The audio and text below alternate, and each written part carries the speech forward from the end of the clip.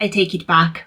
It works, and it's actually better that the book doesn't tell you what to do with all of your revelations. I'm on day 4 of my speed run of The Artist's Way. It's a 12-week course, and I'm doing it in 12 days to see what it's like and if I like it and if it's something that I would like to do for the full 3 months some other time. And in the past, whenever I've tried to do this in the regular recommended way, I've always given up after either week 2, week 3, or on one memorable occasion halfway through week 4. So actually, by completing chapter 4 today, I've beaten all of my previous attempts. And if you saw yesterday's video, I was feeling a little bit stressed and frustrated because I felt like the book was giving me all these beautiful prompts to journal and, make lists and so on. And it was bringing up all these thoughts and revelations. And yet the book wasn't really telling me what to do with them. There were no actions to take to implement any of those revelations into your life. But today I feel like things were starting to come together, and I'm sure the effect would be much more pronounced if I was doing this in the correct way, and this was week 4.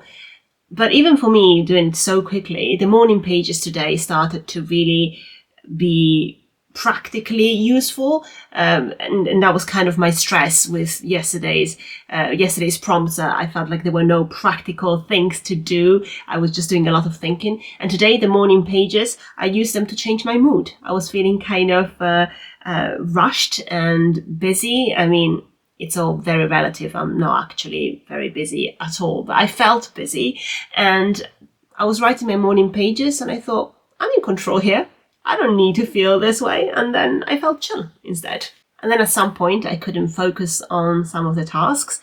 And so I got up and put some music on and started dancing in the kitchen to expel or use up, I guess, some of that energy that I had pent up inside me. And this may be normal for some people, but it's not normal for me.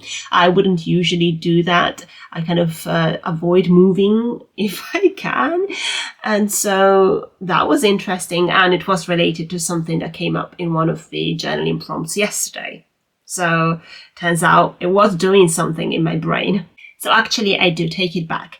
I think there is a lot of sense in what Cameron is doing by giving us all these prompts and then letting us figure out what to do with them.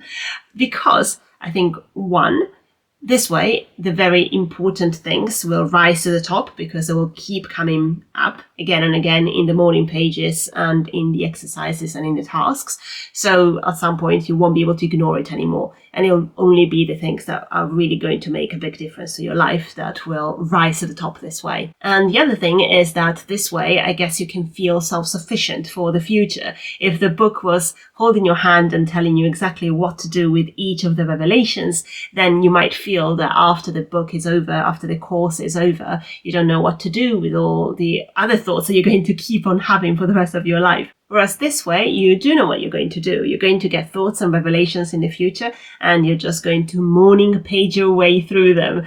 3 pages of freehand writing every single morning, and the most important, most urgent stuff will rise to the top and demand your attention. So today, I really did not overthink. I just did the tasks really quickly. In this chapter, Cameron says that speed is the enemy of the censor, like the censor, censor, in your head that censors you from expressing your true self. And if you do it quickly enough, then the censor won't have time to notice what you're doing. And so I really embraced that. And today I didn't think, and I just went for it. And the magic did happen. I wrote 3 devastating pieces of writing today. One was the artist's prayer, which is, in my case, kind of like a little poem. And it's, it's not very good, but it is true to me. And then I wrote a letter to myself as my 8-year-old self, and a letter to myself as my 80-year-old self.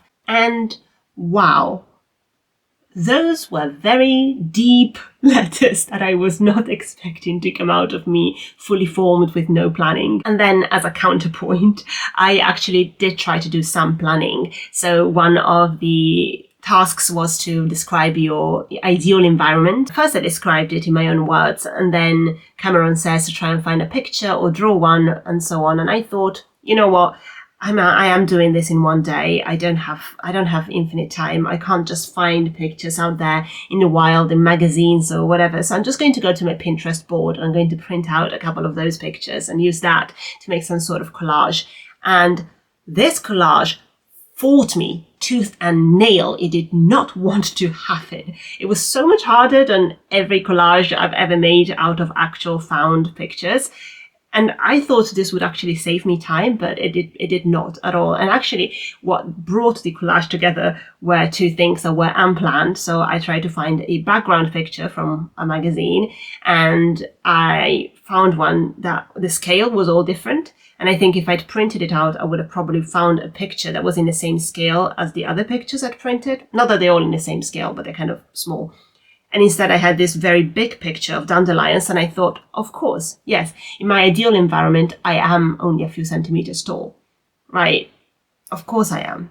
And I know it would be dangerous, it would be impractical. It's a dream, okay? It's a dream. I would like to be a few centimeters tall, like a flower fairy. Anyway, so the big background picture kind of brought everything together, and then I found this picture in the same magazine of a snail climbing on someone's hand, and then I cut it out, and it was the perfect size to climb on my little house. I know at this point I am so small, if that's a snail, but don't worry about it. There is no logic here. And lastly, if I was doing this at the normal pace, this would be reading deprivation week, where you just stop reading altogether, because Cameron says that reading sometimes for artists is a way to distract yourself and numb yourself and not be present with your own thoughts. And obviously this was written in 1992, but now I have so much more than books to distract me. I have a phone. I have a phone that I can read on, and I can also watch stuff on, and I can also listen to stuff on, and countless other things. You all know that, right? You're all watching this. You know what it's like out there. So until maybe the end of the weekend, I'm going to try and do the reading deprivation updated for the modern day. Obviously, I still read The Artist's Way for the day. And the first thing I'm going to do straight after this video is that I'm going to put my phone to charge in a different room, not in my bedroom. So tomorrow morning I'm reminded not to scroll on my phone first thing, which is a terrible, terrible habit that I have. That's all from me today. Thank you for watching. See you tomorrow. Good night.